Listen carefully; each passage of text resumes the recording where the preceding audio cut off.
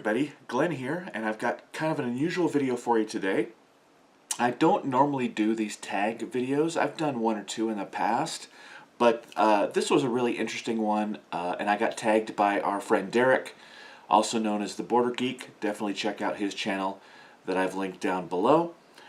This is the My Life in Movies tag. So what I'm going to do is go through a list of a dozen or so questions about the movies that have influenced me, that I grew up with, the movies that I continually go back to for whatever reason.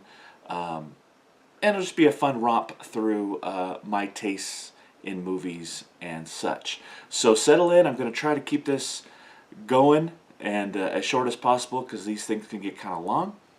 But let's just dive into it. Alright, first we've got first steps. What was the first movie I remember seeing as a kid?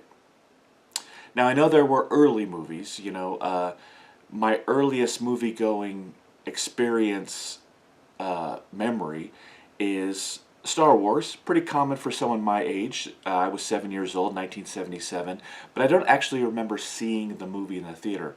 What I remember about that is standing in line, the line wrapping around the movie theater, all the hype around it, what a big deal it was at the time. But I don't actually remember seeing the movie.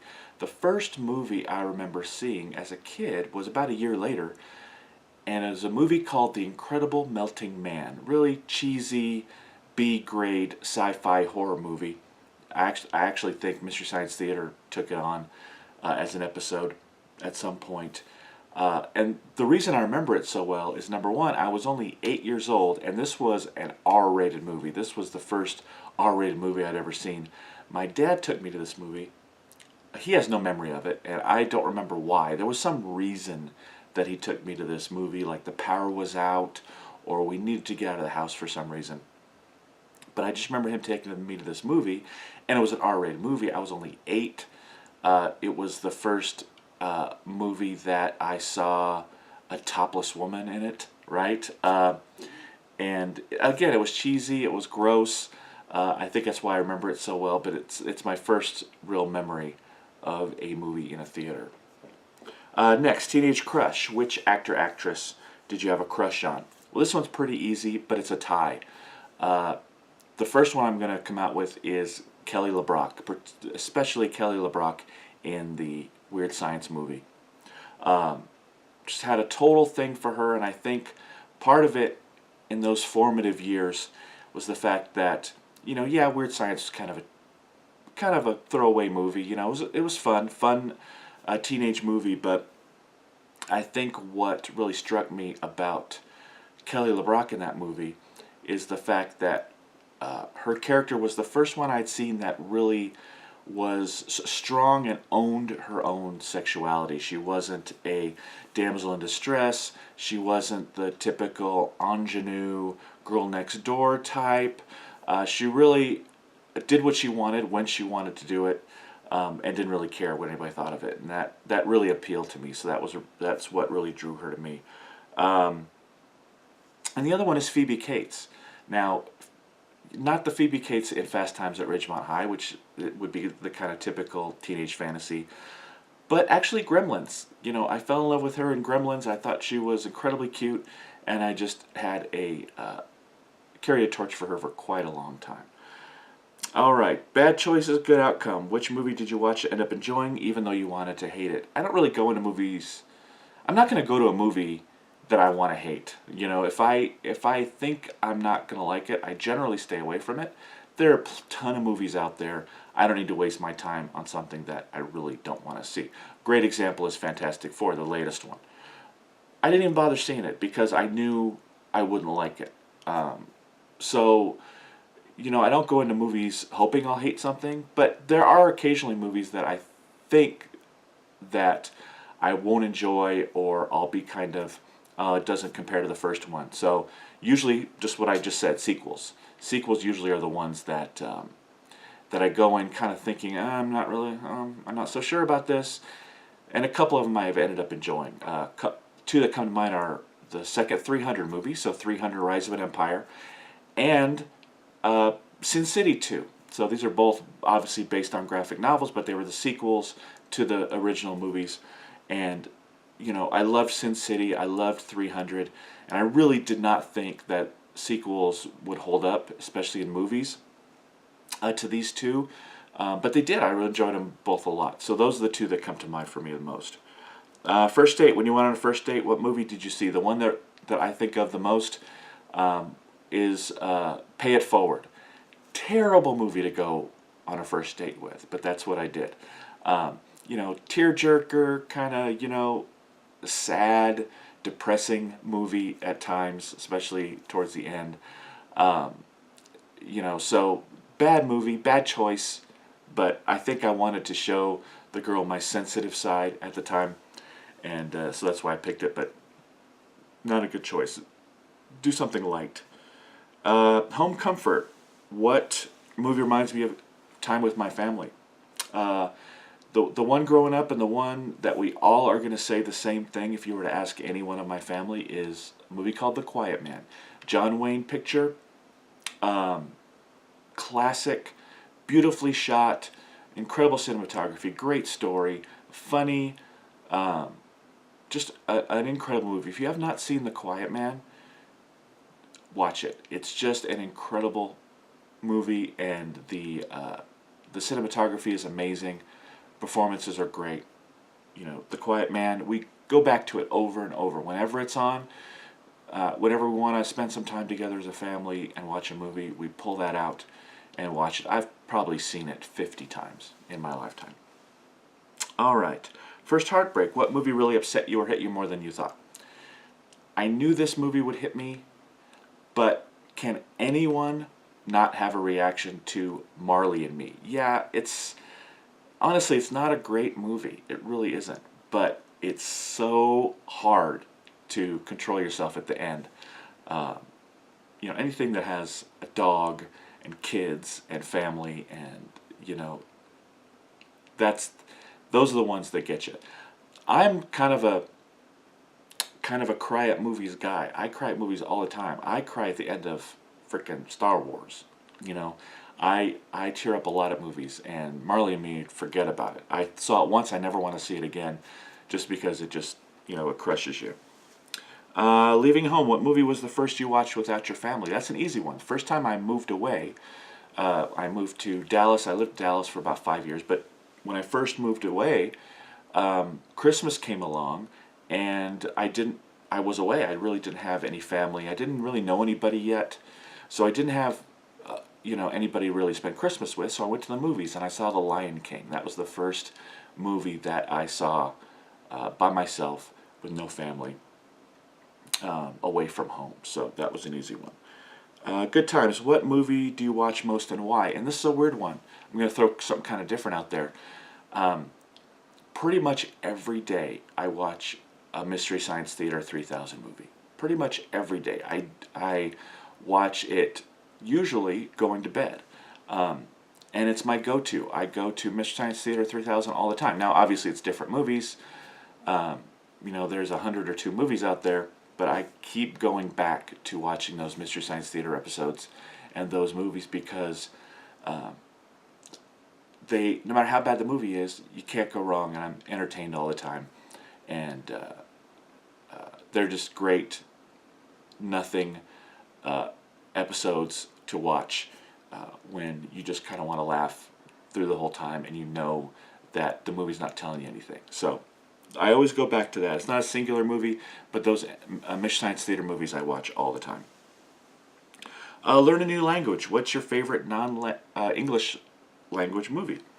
A lot of people in these tags that I've seen keep going back to Kurosawa. I'm going to do that too, but not the typical Seven Samurai, which is what I usually see. I'm going to talk about the Kagemusha. Love this movie. Another Kurosawa film. This is one that George Lucas helped get off the ground. Very powerful movie, set in feudal Japan.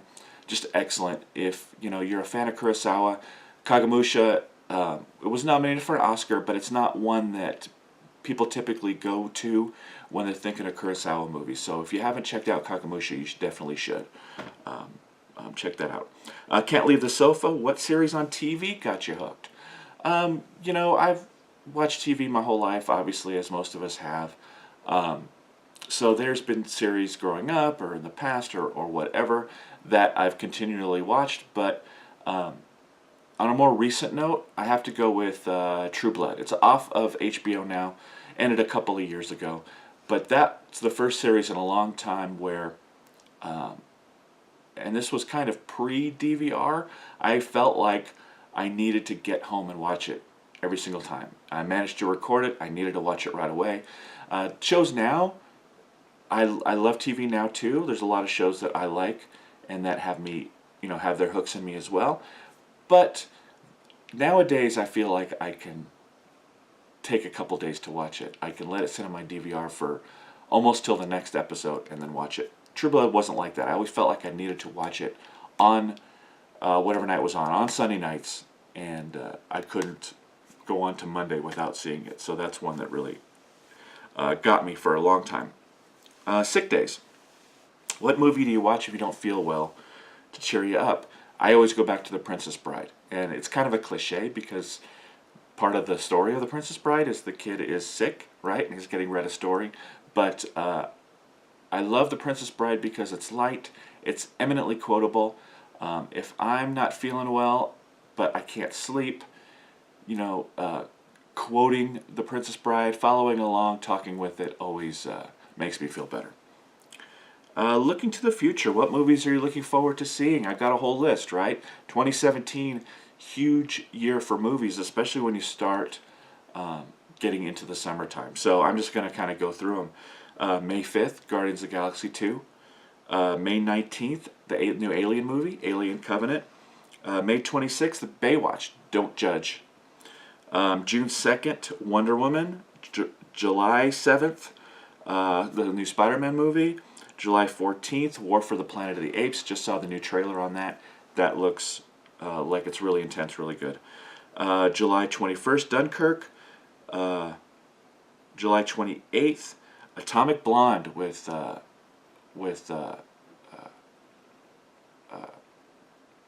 Charlize Theron. Looks amazing as well. October 6th, the new Kingman movie, and also Blade Runner 2049 comes out. November 3rd, the Thor movie. November 17th, what's November 17th? The Justice League. Justice League, I guess I'm looking forward to it. I'm not 100% sold on the fact that I think that they're rushing this movie out. They basically doing Batman vs Superman, Wonder Woman, bam, Justice League. And I think they saw the popularity of the Avengers and like, hey, let's get our team movie done. But I think they're rushing it a little bit, so hopefully this is good. And then December 15th, the new Star Wars movie, The Last Jedi. So those are the 2017 movies that I'm looking forward to. If only, what old movie do you want to see remade? It's not that old, but I would like to see Van Helsing remade. I actually liked the Hugh Jackman Van Helsing, but now that they are starting with The Mummy, they're starting to do the Universal Monsters kind of in its own universe, kind of a shared universe for the Universal Monsters. I think that Van Helsing would be a great candidate to get remade, almost as a team movie, your Avengers Justice League after, The Mummy and Frankenstein and Dracula. They do those movies, and then they do Van Helsing. I think that would be a great remake. State of affairs. What movies really get you thinking through their social commentary? One thing about movies for me is I think we all go to be entertained, but I go mostly to kind of be mindlessly entertained. Social movies that have a social message I'm okay with, but I don't go seeking them out if that's their focus, right? So a lot of the Oscar winners I don't actually see because, maybe I'm being obtuse, but I'm go to the movies to be kind of mindlessly entertained. What I do like is movies that are entertaining, that may be kind of populist, but have a message in there attached to the action or the thrill of the movie. A couple movies come to mind: American Psycho and Fight Club. Those are movies that are entertaining and but they do have a message in there. Things like populism and commercialism, things like that. They do kind of touch on those, but in the context of the story. So I don't like in-your-face social commentary movies, but I love movies that have definitely have underlying messages while they're entertaining you. And then lastly, end of the road. What 3 films do you think you will always enjoy watching? There's 3, and when I think about these, I think of movies that you come across them on television, and even though they're on television and there's commercials, you watch them anyway. You may even have them on DVD or Blu-ray, but you come across them on television, you end up watching them, even though you have the movies. The 3 that come to mind for me are Die Hard, Groundhog Day, and my favorite movie of all time, Raiders of the Lost Ark. So when I come across those movies, I have to watch them. And they're the ones that I'll always kind of stop and watch the whole thing, even from the middle, just because they're classics and they're really embedded in my subconscious as far as great movies and ones that I enjoy over and over again. Well, that's about it for this tag. I am not going to tag anybody in this video. I think this tag has been around long enough. I haven't actually gotten to this video in quite a while. I was tagged at least a couple of weeks ago, and I'm just getting to it now. But you know, if you want to hop on this tag, definitely do it. Link down below your video. I'd love to see it. And other than that, that's it for this time around. Thanks, Derek, for tagging me. I know it took me a long time to get to it, but you know, I managed it in the long run. Hit me up on Facebook, Twitter, Instagram, all that good stuff. And we'll see you next time. Bye-bye.